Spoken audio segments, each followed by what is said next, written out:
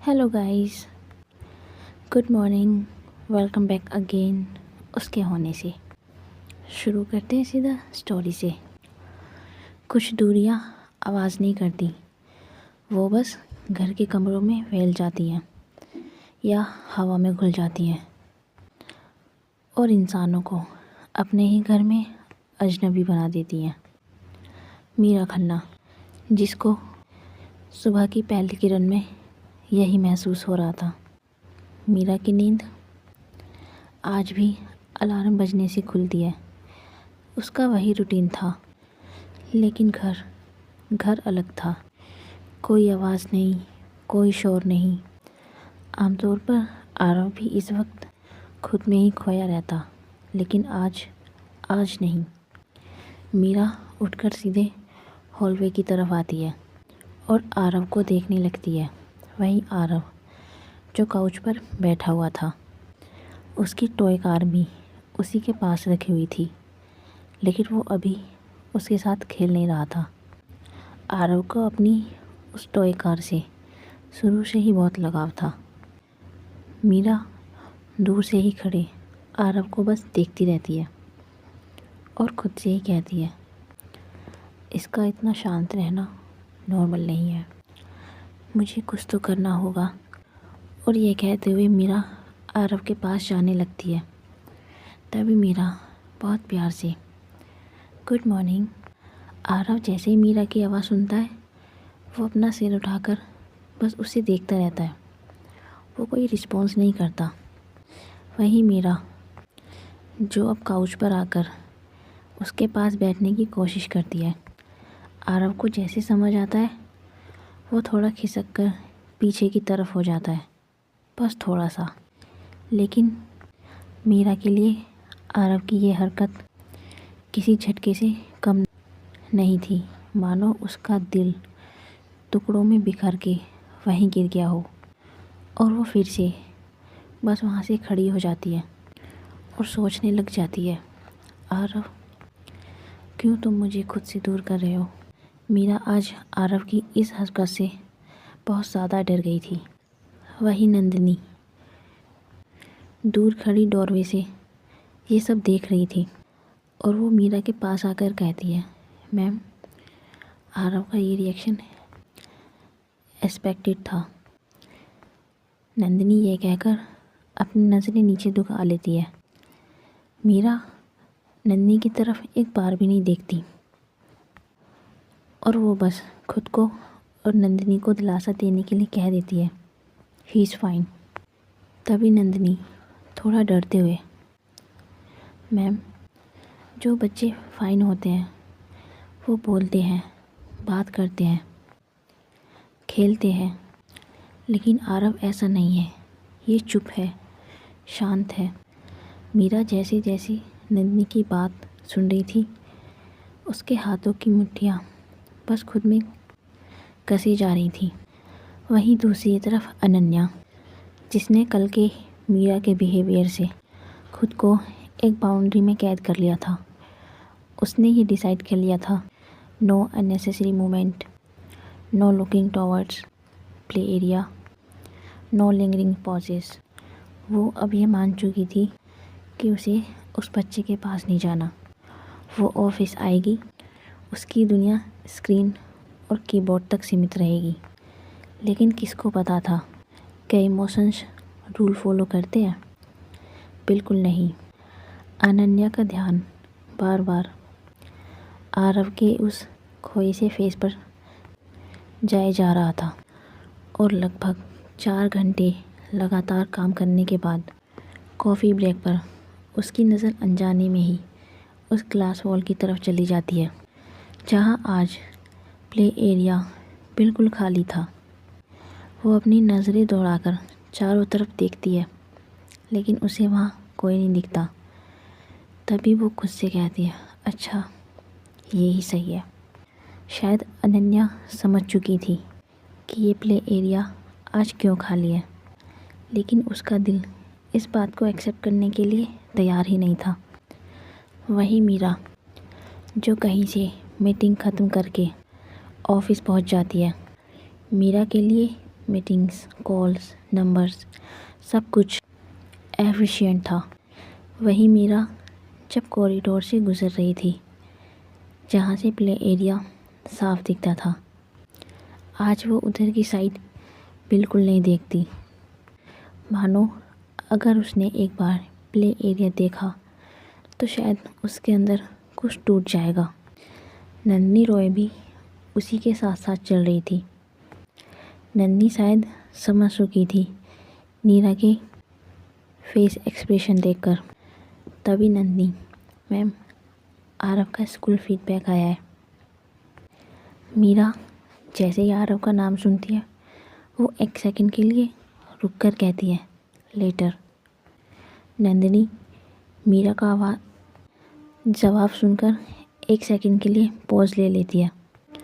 तभी नंदिनी, स्कूल से कॉल आई है, आरव ने आज कुछ नहीं कहा, वो बिल्कुल भी बात नहीं कर रहा है। वहीं मीरा जो ये सब सुन तो रही थी लेकिन बस चले जा रही थी और वो बहुत रूडली नन्ही को रिप्लाई करती है, he does not need to speak to be okay. Meera ये सब कह तो रही थी लेकिन उसके खुद के शब्द उसे ही कन्विंस नहीं कर पा रहे थे, क्योंकि मीरा अब खुद से ही झूठ बोल रही थी।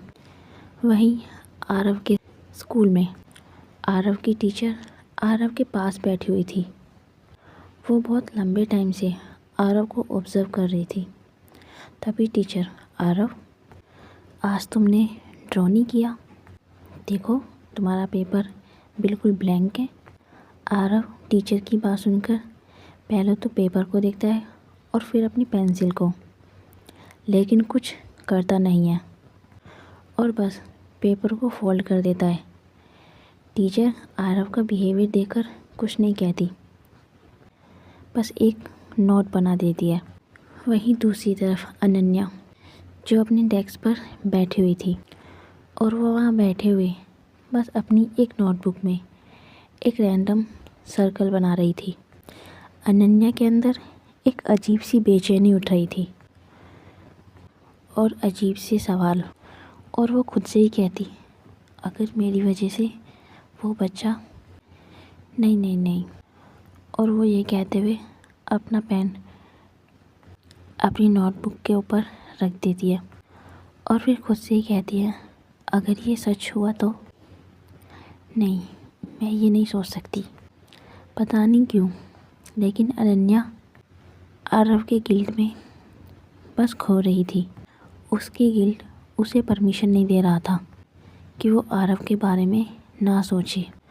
वो खुद को आरव से दूर नहीं रख पा रही। आरव की एक झलक उसके दिल और दिमाग में पूरी तरह से बस चुकी थी। कुछ तो था जो अनन्या को आरव से जोड़ रहा था, जो उसको मजबूर कर रहा था आरव को और करीब से जानने के लिए, लेकिन वो खुद को रोक भी रही थी। वहीं ऑफिस के बाद शाम के वक्त मीरा घर लौट जाती है और वो सीधा आरव के पास जाती है। आरव जो लिविंग रूम में बैठा हुआ विंडो के पास कुछ सोच रहा था। मीरा नज़र भरकर एक बार उसको देखती है और फिर वो अपना बैग साइड में रखते हुए आरव के पास चली जाती है। तभी मीरा, आरव होमवर्क हुआ? आरव कुछ नहीं कहता, वो बस अपना सिर हिला देता है। वहीं मीरा जो एक बार फिर से आरव के पास बैठने की कोशिश करती है, लेकिन इस बार आरव पीछे नहीं हटता। वो मीरा को अपने पास बैठने देता है, लेकिन वो एक बार भी मीरा की तरफ नहीं देखता।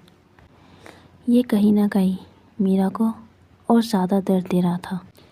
मीरा यहाँ पर आरव से बात करने की पूरी कोशिश करती है, लेकिन आरव जो किसी भी बात का उसकी रिस्पॉन्स नहीं कर रहा था। मीरा अपनी पूरी कोशिश कर रही थी, लेकिन अंत में हार जाती। मीरा बस नाउम्मीद लेकर अपने रूम की तरफ चली जाती और थोड़ा और वक्त बीत जाने के बाद डिनर टेबल पर जहाँ प्लेट्स रखी हुई थी, आरव भी वहीं बैठा हुआ था और अपनी प्लेट से बस 2 बाइट लेकर खाता है। मीरा बस शांति से आरव को नोटिस कर रही थी, लेकिन शायद इस बार उसकी आरव से कहने की कोई हिम्मत नहीं थी। लेकिन कहीं ना कहीं उसके दिमाग में एक थॉट जो बार बार आ रहा था, मैं आरव को प्रोटेक्ट कर रही हूँ या अपने से दूर। मीरा अब अपने इस गिल्ट में बस जा रही थी और आज पहली बार ऐसा हुआ जब मीरा अपने इस सवाल को और अपने इस थॉट को खुद से दूर नहीं कर पाती। दूसरी तरफ अनन्या जो अपने रूम में लाइट बंद करके बेड पर बैठी हुई थी। अनन्या का फ़ोन साइलेंस था, पर उसके दिमाग में सिर्फ आरव का चेहरा घूम रहा था, जो सिर्फ बोलता नहीं है लेकिन महसूस सब कुछ करता है। और वो खुद से ही कहती है, अगर मैं वहाँ नहीं गई होती तो शायद ये सब नहीं होता और आज वो बच्चा प्ले एरिया में खेल रहा होता। अनन्या ये कहते कहते खुद को रोक लेती है और फिर से, मैं उसकी ज़िंदगी का हिस्सा नहीं हूँ। उसकी मम्मा उसके लिए जो फैसला ले, मुझे इतना फ़र्क क्यों पड़ रहा है उससे। अनन्या ये कह तो रही थी, लेकिन उसका दिल इस बात को मानने से साफ इनकार कर रहा था। वहीं मीरा का घर। मीरा जो अपने ही रूम में बैठी हुई थी, हाथ में एक ड्रिंक का ग्लास लेकर अपनी रूम की बालकनी में खड़ी हुई थी, शायद बहुत गहरी सोच में। कि तभी रात को नंदिनी मीरा के रूम में जाती है और वो मीरा के पास जाकर, मैम आपने आरव को सबसे दूर रखा। मीरा जैसे ही नंदिनी की आवाज़ सुनती है, वो पलटकर उसकी तरफ देखती है। नंदिनी अपनी बात आगे कंटिन्यू करते हुए, पर क्या आपने देखा आरव सबसे ज़्यादा अब किससे दूर हो गया है।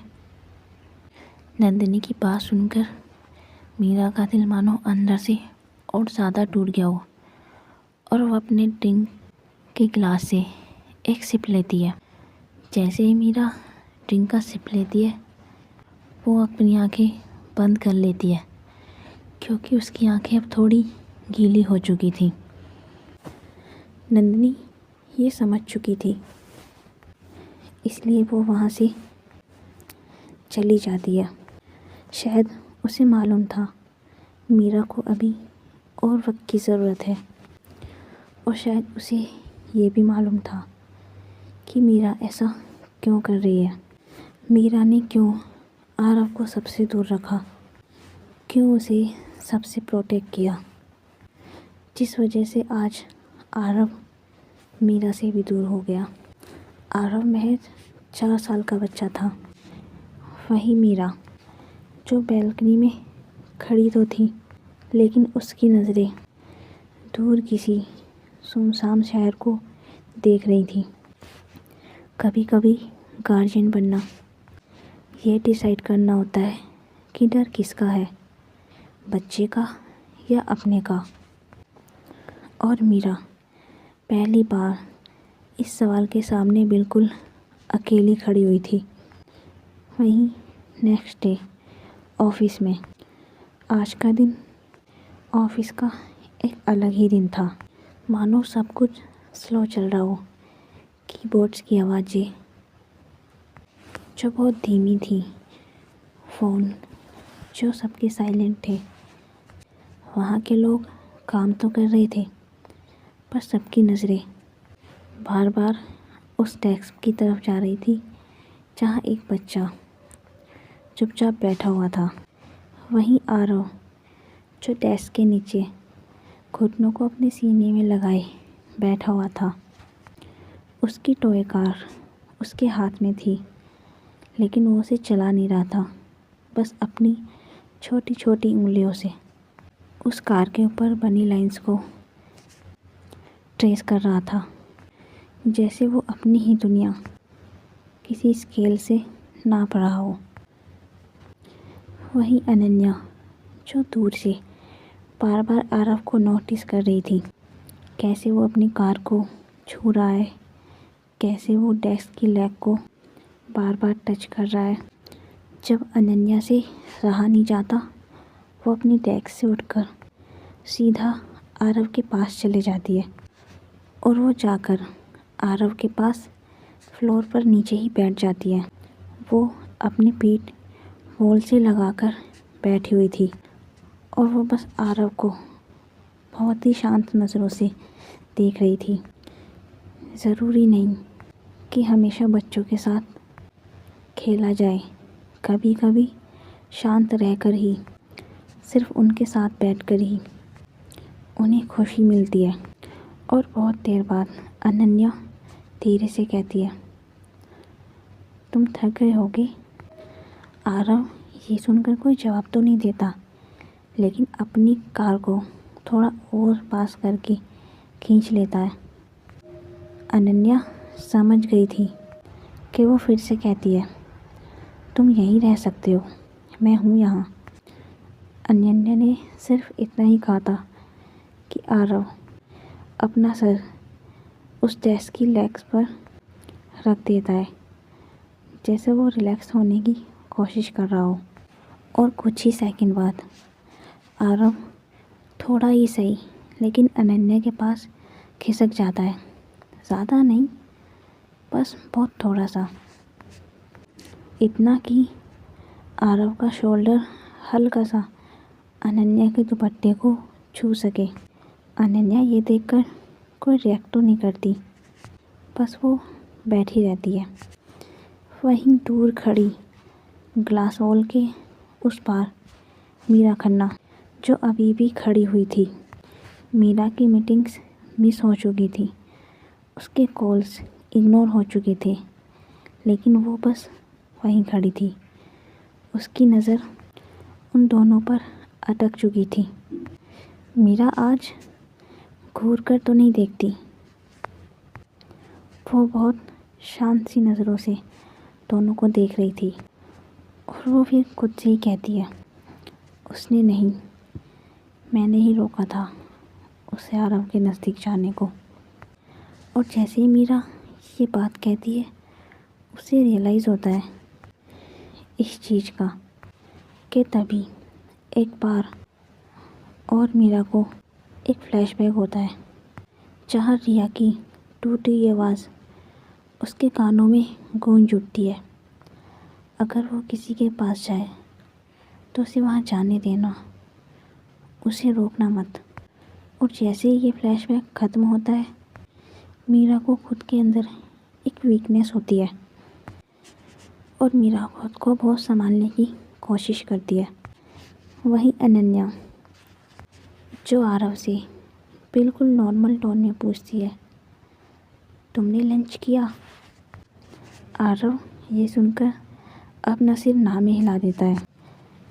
तभी अनन्या, उसके पास एक छोटा सा बैग था, वो उसमें से एक बिस्कुट निकालती है और वो बिस्कुट हाथ में लेकर बिना कुछ कहे आरव के पास रख देती है। आरव पहले तो उस बिस्कुट के पैकेट को देखता है और फिर अपने छोटे छोटे हाथों से उस पैकेट को अपनी तरफ कर लेता है। जैसे ही आरव ये करता है, अनन्या के फेस पर एक अलग ही स्माइल आ जाती है, एक जीत की स्माइल। वहीं आरव बिस्कुट खाते खाते अनन्या से बहुत धीरे से कहता है, यहाँ सांस आती है। आरव के शब्द बहुत कम थे, लेकिन उसकी बातें बहुत गहरी। आरव जैसे ये 3 से 4 शब्द बोलता है, वहीं मीरा, जिसके कानों तक आरव की आवाज़ जाती है, आरव के ये शब्द मीरा को तोड़ देते हैं। मीरा, जो ग्लास वॉल से अपने हाथ हटा लेती है, उसकी आंखें अब नम हो चुकी थी और वो खुद से ही कहती है, मैं उसे बचा नहीं रही थी, मैं तो उसे बंद कर रही थी। और वो अपना एक कदम आगे बढ़ाती है, लेकिन पता नहीं क्या सोचते हुए वो वहीं रुक सी जाती है। तभी नंदिनी पीछे से मीरा के पास आती है और वो बहुत धीरे से कहती है, मैम वो खुद यहाँ आया है। मीरा बस मुड़कर उसकी तरफ देखती है, लेकिन उसकी आवाज़ जो आज मीरा का साथ नहीं दे पा रही थी। वहीं ऑफिस के कुछ लोग जो आपस में ही बात कर रहे थे, कोई कुछ कह रहा था तो कोई ये। अनन्या ने रूल तोड़ दिया ऑफिस का, उसको उस बच्चे के पास नहीं जाना चाहिए था। वहीं आरव जो अपना बिस्कुट अब कंप्लीट कर चुका था और उसने अपनी टॉय कार साइड में रख दी और फिर अनन्या के पास आकर बिल्कुल सीधा होकर बैठ गया। दोनों अब ज़मीन पर ही आमने सामने बैठे हुए थे, बिल्कुल कंफर्ट होकर। वहीं अनन्या जो अपना हाथ आगे बढ़ाकर आरव के हाथ के पास रख देती है, लेकिन उसे टच नहीं करती। आरव अब थोड़ा थोड़ा अनन्या से बात करने लगा था। मीरा जो दूर खड़े होकर दोनों को ऑब्जर्व कर रही थी, वो एक गहरी सांस लेती है और ख़ुद को रिलैक्स करती है। फाइनली उसने ये एक्सेप्ट कर लिया था कि ये लड़की आरव के लिए ख़तरा नहीं है। मेरी खुद की बनाई हुई बाउंड्रीज़ ही आरव के लिए ख़तरा बन रही थी। लेकिन शायद कहीं ना कहीं वो अभी भी इस बात को एक्सेप्ट नहीं कर पा रही थी। एक बच्चा ऑफिस के बीच पहली बार किसी से बात कर रहा था। एक लड़की जो फ्लोर पर बैठी उसी के पास उसी से बात कर रही थी और एक गार्जियन गिलास के उस पार सीख रही थी कि प्रोटेक्शन कभी कभी छोड़ने का नाम भी होता है। कुछ सच तब सामने आते हैं जब इंसान उन्हें दबा नहीं पाता, और कुछ मुलाकातें तब होती हैं जब टालना ज़्यादा मुश्किल हो जाता है। ऑफिस का माहौल अब भी नॉर्मल नहीं था। अब आरव प्ले एरिया से अनन्या की डेस्क तक पहुंच चुका था। आरव अनन्या की डेस्क के पास ही खड़ा हुआ था, लेकिन इस बार उसके फेस पर एक बच्चों वाली स्माइल थी। वहीं अनन्या जो अब अपनी चेयर पर बैठी हुई थी, लेकिन उसकी चेयर और डेस्क के बीच एक डिस्टेंस था ताकि आरव स्पेस महसूस कर सके। दोनों कुछ बोल तो नहीं रहे थे, लेकिन बस एक दूसरे के साथ खड़े हुए थे। मीरा जो अब ग्लास वॉल के पास नहीं खड़ी थी, उसने अपनी फाइल्स बंद की और फ़ोन को साइलेंट, और फिर फाइनली वहाँ से चली गई। उसका हर कदम उसके लिए एक बाउंड्री था जो अब पहली बार टूट रही थी। नंदिनी भी उसके पीछे पीछे चल रही थी। तभी नंदिनी बहुत लो वॉइस में, मैम आप श्योर हैं? मीरा ने बस चलते चलते कहा, नहीं, लेकिन अब मैं इससे भागना भी नहीं चाहती। और नंदिनी बस मीरा के पीछे चलती रहती है। वही मीरा जो अब डेस्क के पास आकर रुक जाती है। आरव को जैसे मीरा की मौजूदगी महसूस होती है, वो अपनी टॉय कार को और टाइटली पकड़ लेता है। अनन्या भी सिर उठाकर मीरा की तरफ देखती है और उनकी नज़रें आपस में टकरा जाती हैं। लेकिन इस बार ऑफिस हेड और एम्प्लॉय की नहीं, सिर्फ दो इंसानों की। तभी मीरा बहुत कंट्रोलिंग वॉइस में, आरव आरव अपना नाम सुनकर पहले अनन्या की तरफ देखता है और फिर मीरा की तरफ, और कुछ सेकंड फिर वो अनन्या के पास जाकर उसके पास ही बैठ जाता है। मीरा जैसे ये देखती है मानो एक सुई जो सीधा उसके दिल में चुभी हो, लेकिन वो खुद को संभाल लेती है। तभी मीरा एक बार फिर, आरव घर चलना है। आरव जैसे ही घर जाने का नाम सुनता है वो सीधा नहीं में जवाब देता है। आरव का नहीं सिर्फ एक शब्द था, लेकिन वो शब्द मीरा के लिए किसी भारी वजन से कम नहीं था। ऑफिस में मानो सबकी सांसें अटक सी गई थी। अनन्या भी कुछ नहीं कहती, ना ही वो आरव की तरफ देखती है, क्योंकि ये चॉइस सिर्फ आरव की थी। वही मीरा जो अभी भी वहीं खड़ी हुई थी कि एक बार वो फिर से कहती है, आरव यहाँ काम होता है। कि तभी आरव अनन्या के दुपट्टे को पकड़ लेता है और वो कहता है, यहाँ मुझे अच्छा लगता है। मीरा जैसे ही आरव की आवाज़ सुनती है और उसकी नज़र आरव के हाथ पर पड़ती है, उसकी आंखें एक बार के लिए नम सी हो जाती हैं, लेकिन वो इसे छुपा लेती है। तुम मेरी बात क्यों नहीं मान रही? मीरा ये बात खुद के अंदर ही पूछती है। कि तभी अनन्या फाइनली इस बार आरव से कहती है, आरव तुम जब रेडी हो जाओ तो जा सकते हो। यहाँ इस तरह से कब तक रहोगे? आरव ये सुनकर अनन्या को देखता है और फिर मीरा को। तभी आरव, बस थोड़ी देर। वही नंदिनी जो पास खड़े हुए सब कुछ ऑब्ज़र्व कर रही थी और पहली बार वो एक कदम अपना पीछे ले लेती है। नंदिनी समझ चुकी थी ये मोमेंट सिक्योरिटी का नहीं, ट्रस्ट का है।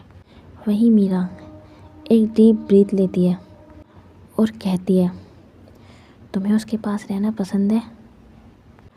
आरव बिना किसी देरी के बस अपना सिर हिला देता है।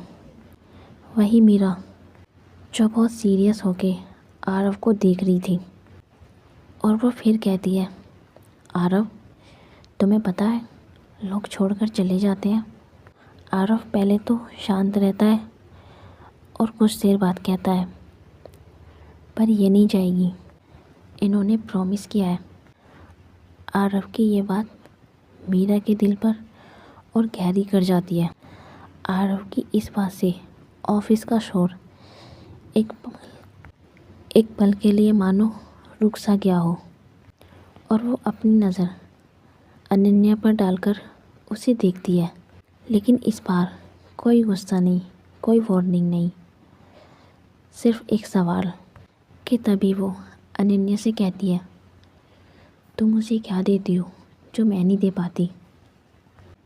मीरा का ये सवाल सुनकर अनन्या का दिल बहुत ज़ोर से धड़कने लगा, पर उसने ये नहीं सोचा था कि मीरा उससे इस तरह से कुछ पूछेगी। तभी अनन्या, मैं कुछ नहीं देती हूँ, मैं बस उसे डिस्टर्ब नहीं देख सकती, उसे इस तरह बैठे हुए नहीं देख सकती।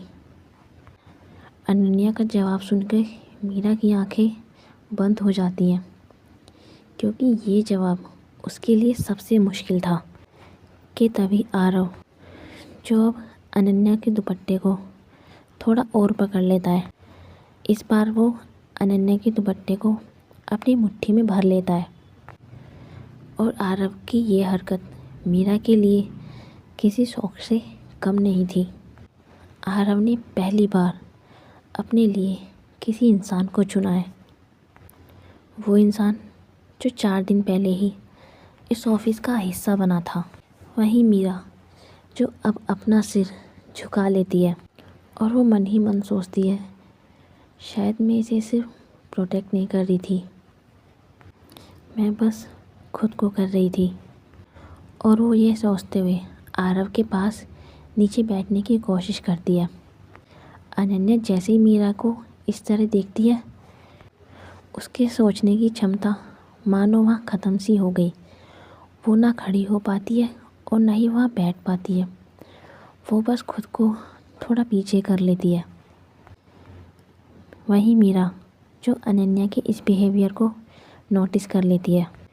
3 जिंदगियां जो अब आमने सामने खड़ी हुई थी, लेकिन स्पेस बहुत ज़्यादा। और जैसे ही मीरा फ्लोर पे बैठती है, ऑफिस का माहौल जैसे पूरी तरह बदल सा गया हो।